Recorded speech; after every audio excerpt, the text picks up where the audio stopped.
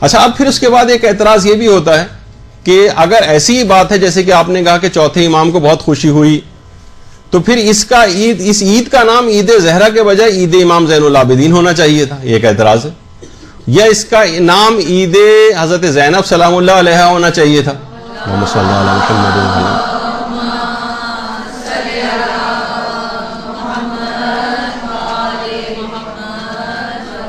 دیکھیے ایک ہے نا، ایک اعتراض تو ہے کہ اس کا نام عید زہرا کیوں ہے؟ یہ تو عید امام زین العابدین ہونا چاہیے تھا. وہ خوش ہوئے، حضرت زینب خوش ہوئی ہوں گی، ان کے اعتبار سے یہ والا نام ہوتا تو زیادہ اس کا مناسب نام ہوتا.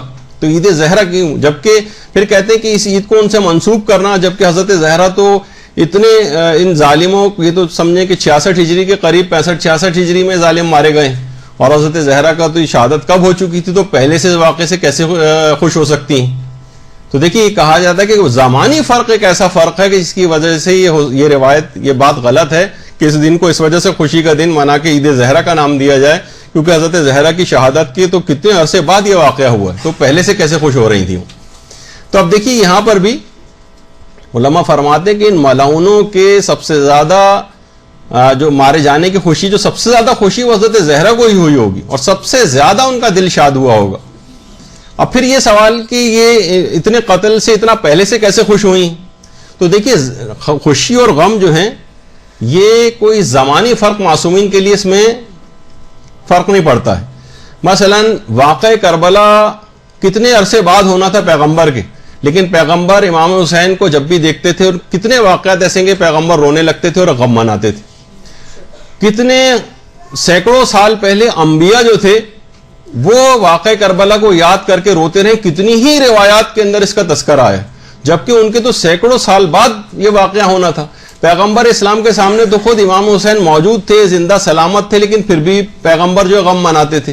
تو معصومین کے لیے، انبیاء کے لیے جو مستقبل کی خبریں رکھتے ہیں، ان کے لیے پہلے سے غم منانا یا خوش ہونا، یہ کوئی زمانی فرق کی وجہ سے اس بات پر اعتراض کرنا کہ وہ پہلے سے کیسے خوش ہو گئی تھی، یہ بہت ہی نامعقول قسم کا ایک اعتراض ہے. یا وہ جو آپ سنتی ہیں کہ زلیخا کے سامنے جب حضرت یوسف نے کہا تھا کہ اس وقت تمہارا کیا حال ہوگا جب تم آخری پیغمبر کو دیکھو گی، تو زلیخا نے کہا کہ آپ نے نام لیا اور ان کے اچانک سے میرے دل میں ان کی محبت پیدا ہو گئی. یعنی نہ تو زلیخا بھی پیغمبر کے صرف نام سے واقف تھی، نہ ان کی سیرت سے واقف تھی، نہ ان کے کردار سے واقف تھی، تو اچانک سے صرف نام سن کر ہی اتنا پہلے پیغمبر کی پیدائش سے اتنا پہلے ان کے دل میں اس کی محبت پیدا ہو گئی. تو زمانی فرق جو ہیں وہ اس سلسلے میں جو ہے وہ شمار نہیں ہوتے ہیں.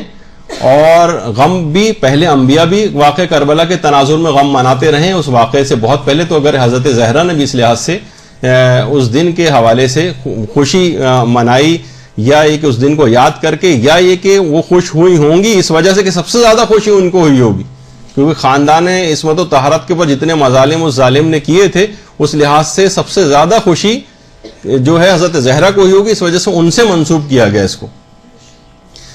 تو زمانی فرق کوئی معنی نہیں رکھتے. اس پہ علماء نے بہت اچھی ایک اور بھی بات کہی ہے کہ اگر زمانی فرق معنی رکھتے ہوں تو پھر آخر کیوں امام زمانہ کو یوسف زہرا کہا جاتا ہے؟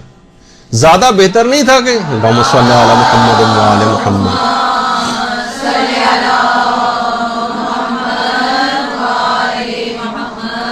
حضرت زہرا کے زمانے میں تو امام زمانہ پیدا ہی نہیں ہوئے تھے، ان کو اصلاً تو یوسف نرجس کہا جانا چاہیے تھا امام زمانہ کو، لیکن انہیں پھر بھی یوسف زہرا کہا جاتا ہے. تو بہرحال اس قسم کے اعتراضات کی اس میں کوئی گنجائش نہیں کہ ان اعتراضات کر کے اس دن کی عظمت اور شرف سے لوگوں کو خوشی منانے سے روکا جائے.